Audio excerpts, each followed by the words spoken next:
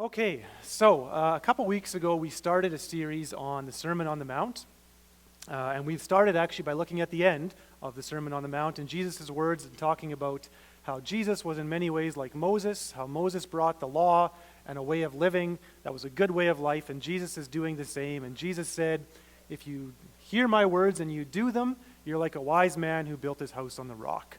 And so now, for the next number of weeks, we're going to get into what those words are. And as we begin to build our life upon that rock, we're going to see what Jesus was talking about. So we're going to look at the beginning of Matthew. And if you want to know what I'm talking about next Sunday, it'll just be the next passage. And that's sort of how we're going to work for the next while as we work through this text. And so we see at the beginning of chapter 5, actually at the end of chapter 4, Jesus heals a whole bunch of people. And then he goes up onto the mountain to teach. And it says at the beginning, it says, Jesus saw the crowds. He went up on the mountain, he sat down, and his disciples came to him, and he began to teach them. So, Jesus sees the crowds. He goes on the mountain, and his disciples come. And so Jesus is teaching his disciples. So you picture Jesus, and there's the 12 in front of him. But at the end of the Sermon on the Mount, 3 chapters later, it's the crowds that are amazed. So the crowds are listening too. So you can sort of picture Jesus, he's got the 12 there, and there's all these maybe hundreds of people sort of eavesdropping. And Jesus is actually talking to both groups. To the disciples, he's saying, this is what you signed up for. This is what my way of life is going to look like. And to the crowds, he's saying, this is the offer. If you want in, if you want to be part of this kingdom, this is what it's going to look like. And so there's sort of two audiences. There's the disciples and there's the crowds. And so if you're a Christian this morning, Jesus is talking to you as in, this is what you've signed up for. This is what it's going to look like. And if you're not, then this is the invitation. This is Jesus' offer to you of saying, this is what life with me looks like. So we all fit into one of those two categories. So we're going to look at the Beatitudes this morning. We're actually going to look at them over the next 2 Sundays because I didn't want to keep you here till 1:30. So we're actually going to look at the first 4. So we're going to read through the Beatitudes just to start here. And I think I maybe have them different in my Bible than what you're going to have up there. Maybe I'll read it from there so it's the same. Blessed are the poor in spirit, for theirs is the kingdom of heaven. Blessed are those who mourn, for they will be comforted. Blessed are the meek, for they will inherit the earth. Blessed are those who hunger and thirst for righteousness, for they will be filled. Blessed are the merciful, for they will be shown mercy. Blessed are the pure in heart, for they will see God. Blessed are the peacemakers, for they will be called children of God. Blessed are those who are persecuted because of righteousness, for theirs is the kingdom of heaven. So that's 8, and you'll see in your Bibles there is a 9th one as well. That's sort of an extension of the 8th, but the 8 are kind of a unit. The first one and the last one of those 8 have the same reward. Theirs is the kingdom of heaven. So it's kind of a bookend on those 8. So we're going to treat the Beatitudes as though there's 8 of them. One thing I want you to know is the Beatitudes are not talking about 8 different kinds of people who get 8 different kinds of rewards. You know, if I'm a peacemaker, I'll get to be called a son of God, and if I'm merciful, I get mercy. That's not it. The Beatitudes are actually talking about one person. This is the follower of Jesus. All of these 8 together, that's one person. And all of the rewards, that's one reward. And he's talking about it in 8 different ways. So let's not parse it out too much. Before we actually get into going through the Beatitudes one by one, there's some really important backstory, understanding what's sort of underneath the text. So a couple weeks ago, we talked about how Jesus was very much like Moses going up on the mountain. There's something very similar, something very Old Testament going on in the Beatitudes, and I want to first draw our attention to it. And it has to do with the scripture from Isaiah that Erica just read. And so I want to read through those first 3 verses of Isaiah one more time. The Spirit of the Sovereign Lord is on me, because the Lord has anointed me to proclaim good news to the poor, sent me to bind up the brokenhearted, to proclaim freedom for the captives, and release from the darkness for the prisoners, to proclaim the year of the Lord's favor and the day of vengeance of our God, to comfort all who mourn and provide for those who grieve in Zion, to bestow on them a crown of beauty instead of ashes, the oil of joy instead of mourning, and a garment of praise instead of a spirit of despair. They will be called oaks of righteousness, a planting of the Lord for the display of his splendor. Now, this is going to tie in a minute here, but I want you to first of all understand, in the Old Testament, when there was a new king was going to come, there would be a new king of Israel, what would happen is a priest or a prophet would come and anoint that king. They would take oil, pour oil on their head, which I know sounds really strange to us, and they would say, God chose you to be the next king of Israel. Okay? So that word anoint, in Greek, it's Meshach, and the anointed one, the one who got anointed, is the Mashiach, which is where we get the word Messiah. Okay? So Messiah means the one who's been anointed, the one who's been set aside. In Greek, it's Christos, where we get Christ. So Christ or Messiah, it's the same word, just different languages. It means the one who is anointed. Okay? And notice that in this passage, the one who's anointed is not anointed by a priest. They're not anointed by a prophet. They're anointed by God. God himself is anointing whoever this is that Isaiah 61 is talking about. And we have a good idea already who this is talking about. I want to tell you a little bit about the book of Isaiah so you get a picture here, okay? Most of us don't read Isaiah a lot because it's long, 66 chapters long, and we don't know what to do with it. Here's Isaiah in a nutshell. Chapters 1 to 39 are warnings. God is warning Isaiah, warning Israel through Isaiah, you are worshiping other gods. If you don't stop it, you will get kicked out of the land. Generally, that's what the first 39 chapters of Isaiah are about. It's warning. God is saying to these people, I will punish you, I will kick you out of the land if you don't worship me and me alone. You are cheating on me is what God is saying. Like a marriage metaphor. Stop cheating on me or there's going to be a price to pay. The price to pay was they got kicked out of the land. Then chapters 40 to 66, they take place after they've been kicked out. And there's a very different tone. The second half of Isaiah is about comfort.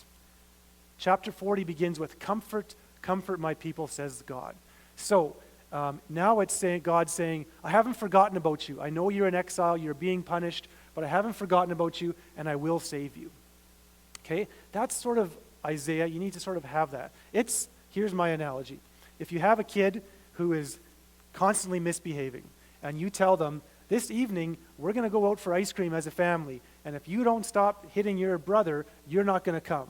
And this conversation happens 5-6 times throughout the day. If you don't stop hitting your brother, you're not coming for ice cream. That's the first part of Isaiah. Lots of warnings. Now, the second part is like, mom took all the kids for ice cream, and dad is stuck at home with this kid who didn't get to go for ice cream. And this kid is sad. And they're not mad at mom and dad. They're sad because they know it's their fault. They know that they're getting a fair punishment for their sin. And now dad sits beside the kid and says, it's okay, buddy, we'll try harder next time. And next week if we go for ice cream, you're going to be good, and we'll get there, okay? So the first half is warning, the second half is promise, and there's hope coming. So all that to say, Isaiah 61 comes in that second half. It's written to a group of people who are being punished for their sin. They rejected God, they worshiped other gods, they cheated on God, now they're in punishment, and now God is saying, in that moment, I'm going to save you. I'm going to send somebody who's going to bring good news. Okay? Now, this sounds a bit familiar. If you know Luke's gospel, when Jesus goes to his synagogue in Nazareth, in his hometown, they give him the scroll of Isaiah, and they say, Jesus, read us something from Isaiah. And he doesn't read what he's supposed to read. He unrolls the scroll, and he finds this passage. And this is what Jesus reads in his synagogue. And then at the end, he says, this is me. This has been fulfilled. God has anointed me. Jesus is saying, that's me. I'm the one Isaiah is talking about. I'm the one who's going to bring you good news. Okay? So Jesus sees himself in this. We see Jesus in this all over the place. Okay? That's Isaiah. That's Luke. Now you're saying, what in the world does this have to do with Matthew chapter 5? I want to show you. The first beatitude is good news to the poor. And so I'll just do a comparison here. Go one more there, Wyatt. And one more, sorry. Good news to the poor in Isaiah 1. The first beatitude of Jesus is, blessed are the poor. The next one is comfort to all who mourn. Keep going through there, Wyatt. Yep. Oh, one back, sorry. And Jesus says, blessed are those who mourn. The fourth beatitude is, they will be called oaks of righteousness. Jesus says, blessed are those who hunger and thirst for righteousness. There's all kinds of allusions in these beatitudes back to Isaiah 61. So in a way, in these beatitudes, Jesus is saying, in a very subtle way, Isaiah 61, that guy who you've been waiting for, who's been chosen by God, Jesus is saying, that's me. I'm the one. So he's doing the same thing that he did in Luke 4. The Spirit of the Sovereign Lord is on me, is what Jesus is saying. So it's very much about Jesus. We think these Beatitudes are about people and all the 8 different kinds of people. First and foremost, I want you to know the Beatitudes are about Jesus. If you would ask a Christian, what's the gospel? What is the gospel? They're probably going to say something like, Jesus died on a cross for my sins, and if I believe in him, I can go to heaven. Yeah, that's mostly true. But Jesus preached the gospel, the good news, gospel, same word. He preached that before he died on a cross. So what was the gospel before Jesus died on a cross? There was good news before the cross. And so Jesus is about coming to die on a cross for our sins, absolutely. But even before that, he's bringing us good news. Jesus is really good news. Not just because he died on the cross, but because of what he brings. Because he's the one who binds up the brokenhearted. He's the one who brings freedom for captives, who released from darkness for the prisoners. This is what Jesus does. And the Beatitudes are an insight into who Jesus is. He's been anointed not by a priest, not by a prophet, but by God himself. So I want to just lay that foundation here, first of all, as we go into the Beatitudes, because it's going to seem like it's really a lot about us. But really, I want you to know this is Jesus all the way through. So let's dive into these first 4 Beatitudes this morning. These are the 8 we're going to go through. This morning we're going to go through 1 through 4, and next Sunday we'll tackle 5 through 8. And I want to say a word about the word blessed. It's a very religious word. Blessed is only a church word. It's only a religious word. Some Bibles translate it as happy. That's not the best. Blessed is not the same as happy. Fortunate, favored by God is a good way to put it. You're in a good place. That's sort of the word I like. Blessed means you're in a good place. You might not be happy where you are, but you're in a good place. So when we think of blessed, think of Jesus saying, you're in a good place when. Okay? So let's look through these. The first one, blessed are the poor in spirit, for theirs is the kingdom of heaven. And we got a slide for that there, Wyatt. Luke says, blessed are the poor, and leaves it at that, just economic poorness. Jesus says poor in spirit. So it's probably some combination of being actually poor, but also poor in spirit, spiritually poor.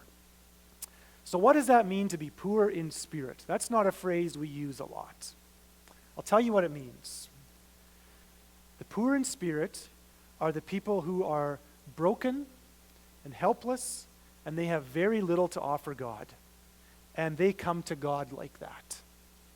They realize they don't really have anything, but they come to God anyways. That's poor in spirit. It's very much the opposite of the Pharisees.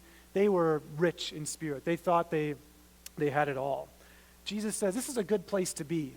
If you feel like you've got nothing to offer God, that you're helpless and broken, and yet you come to God anyways, Jesus says that's blessed. That's a good place to be. He says in chapter 9, I've not come to call the righteous, but sinners. These are the people Jesus is looking for, the poor in spirit. And they have the kingdom. It's the only reward that's present. All the other ones are future. And this is completely upside down in Jesus' world, just like it's upside down in our world. In the Jewish world that Jesus lived in, you wouldn't say necessarily, blessed are the poor in spirit. You would say, blessed are the rich. Blessed is the man who obeys God. Blessed is the man with a big farm and a happy wife and lots of kids. That's what it means to be blessed. And you are blessed. Jesus wouldn't disagree with that, but he wants to go in a different direction of what it means to be blessed.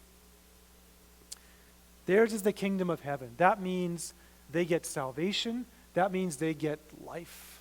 They get life now. At the end of chapter 4, Jesus was healing a whole bunch of people.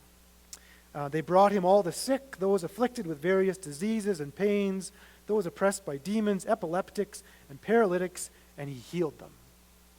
Those people were mostly poor in spirit. They didn't have anything to offer Jesus. They were poor, broken people, physically, many of them. They were sick, but they came to Jesus anyways, and now they're living in the kingdom of heaven. They're examples, they're sermon examples right now as Jesus is preaching this. He's probably pointing out all these people who are paralyzed, who are epileptics, and all these different diseases that he healed of. They're now living in the kingdom of heaven. They're getting this. So, Jesus is looking for these people who come to God saying, I don't have it, God. I'm actually quite broken. I'm actually quite helpless, God, but I'm coming anyways. And if you're not in that spot this morning, great. You're blessed too. If you don't feel spiritually broken or poor, that's wonderful. You're blessed anyways. But if you are, Jesus is coming for people just like you, if you're feeling broken and bankrupt and just falling short. Then Jesus says, "Blessed are those who mourn, for they will be comforted." This is connected to being poor in spirit. This is not just being sad. This is another one that comes out of Isaiah 61. This is not mourning because your Aunt Ruth died and you're in mourning. It's not the kind of mourning Jesus is talking about. The people who were mourning here, they were mourning because of their sin. They were looking inward at their life, at their sinfulness and their brokenness, and they were sad. They were broken up over how sinful they were. These were people who were in exile, and they weren't mad at God. They knew that the punishment fit the crime, right? We've been in that spot sometimes where you've been punished for something, and you know you deserve it, and you just feel awful. That's the kind of mourning Jesus is talking about. Bottom tier religious people, people who've got sin and they're mourning over it. I spent the last 14 years working with college students, and I heard more confessions than a Catholic priest, I think. I had lots of young men and young ladies too, but sitting in my office, and they would tell me their sins. And they would say, "I just got to tell you this. This has been going on in my life, and I feel horrible about it. I feel so ashamed about this part of my life, this sin that's been going on." And I'd often have young guys sitting in my office, and they're crying, and they're just beat up over their sin, and they feel lousy. And one of the things that I would say to them is, be glad. Be glad that this hurts you like it does. Because there are lots of people out there who are doing the same thing that you're doing, and it doesn't bother them one bit. But it bothers you. You're mourning over your sin. So be glad. You're actually in a good spot when you're mourning over your sin. Jesus says he's looking to comfort those kind of people. The Jews were those kind of people. They were mourning over their sin. Then Jesus says, "Blessed are the meek, for they will inherit the earth." The land is maybe a better way, the way it says there. They will inherit the land. Understand, the Jews lived in Israel, but they didn't really control the land, right? The Romans, an occupying army from another country, was in charge. So just imagine, farmers, if you got to you owned your land, but the Americans were here and their soldiers were all over the place and they controlled everything and they taxed you like crazy. Wouldn't you long for the day when you could get your land back and it could be ours again? Okay? That's what the Jews were looking for. And the idea that the meek would get the land, that seems a little bit ridiculous, actually. Meekness is the opposite of violence, of force. There were zealots. You know what zealots were? Zealots were a group of Jews who wanted to fight the Romans. They looked back at the history of Israel and they said, remember Joshua and Caleb? They took up swords and they fought and they got the promised land. Remember David? He took his mighty men and his army and they went and fought with swords and they won and they got their land. That's what we should do. We should fight the Romans and we'll get our land back. It's not Jesus' way. He says the meek are going to get the land. That's the opposite. That's like saying the pacifists are going to win the war. It's an oxymoron to say the meek are going to get the land. It was countercultural. Meek people didn't win. Meek people got trampled on. People who pushed hard got what they wanted.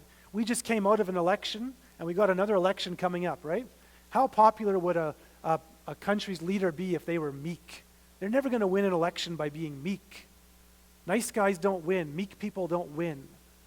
This is very upside down what Jesus is teaching. And we don't necessarily want to be meek. Especially guys. You don't want to be known as the meekest guy in town, right? Because in our mind, meek equals weak.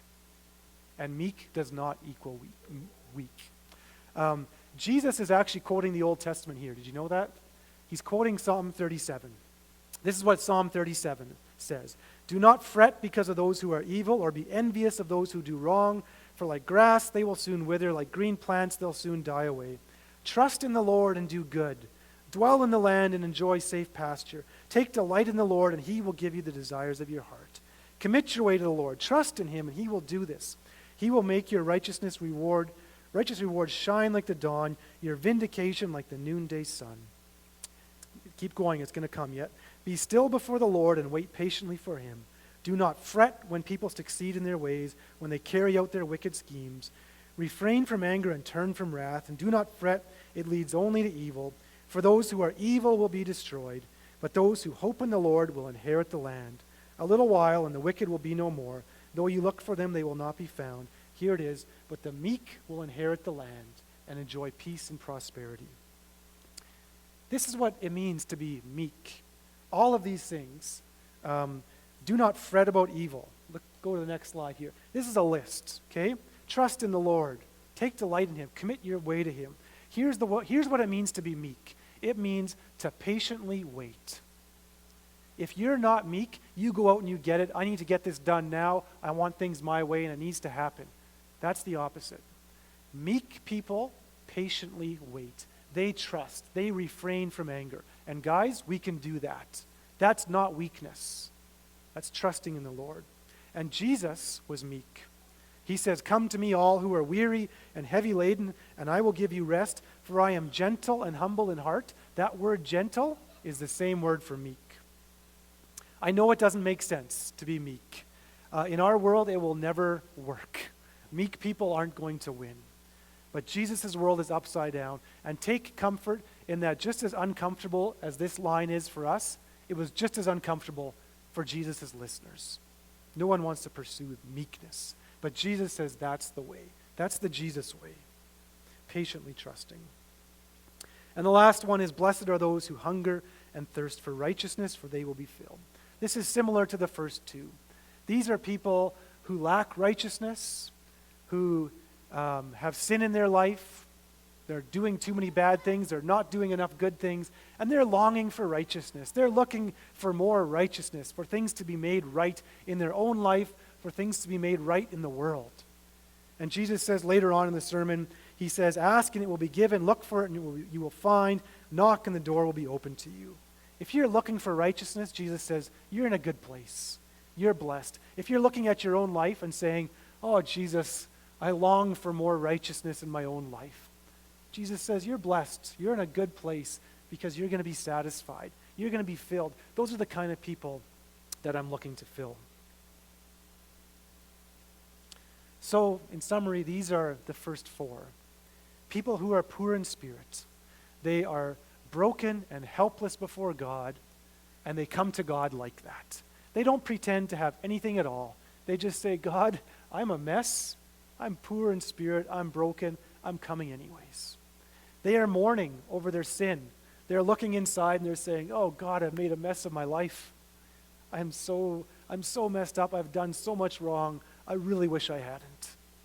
That's their view. It's not trying to justify, trying to say, "Oh, they made me do it," or whatever. They're owning it. They're saying, "God, I'm broken. I'm sinful." They're meek. They're going to patiently trust. They're not going to say, "God, I can't do this anyways. I will trust you. I will patiently wait for you to make things right." And they long for things to be right. They long for their own life to have righteousness. And Jesus says, that's exactly the kind of person I'm looking for. Those are the people I'm looking for. Those ones who come and say, I don't really have anything to offer, but I'll come anyways. Jesus says, I have not come to call the healthy, but the sick. He was calling the Pharisees healthy when he said that. That was actually pretty kind. And if you're healthy this morning, if you don't identify as spiritually broken and mourning and just a wreck, that's good. You're healthy. You're blessed too. That's wonderful. But if you are in that spot of looking at your own life and saying, what people see on the outside is not really what's going on the inside, if that's where you're at, you're blessed. Jesus says that's a good place to be in, because those are the kind of people that I'm looking for. Those are the kind of people that I want to populate my kingdom with. So be encouraged if you're in that spot this morning. Jesus is looking for you. We sang this morning about the poor and the powerless and the lost and the lonely. That's exactly who Jesus is looking for. Those people are not disqualified from the kingdom. In fact, they are qualified. If you are poor and powerless, lost and lonely, spiritually poor, financially poor, whatever it is, that makes you a perfect candidate for the kingdom. And if you're not, rejoice that God has maybe moved you to a better spot already. That's great. You're blessed too. But then I want to ask you, who do you know in your life who fits that bill of those first four? Who do you know who cannot look God in the eye because of all the sin in their life? Who do you know who thinks that they are disqualified from the kingdom because of what's going on in their world? Because the good news, the gospel that Jesus brought is, I came to set those prisoners free.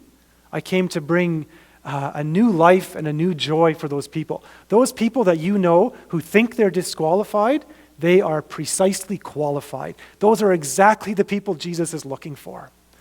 So think about, how is it this week? How can you pray for them? How is it that you can reveal to them the good news? That even though they look broken and spiritually a mess, Jesus is actually looking for people just like them. They need to know that. That's really good news.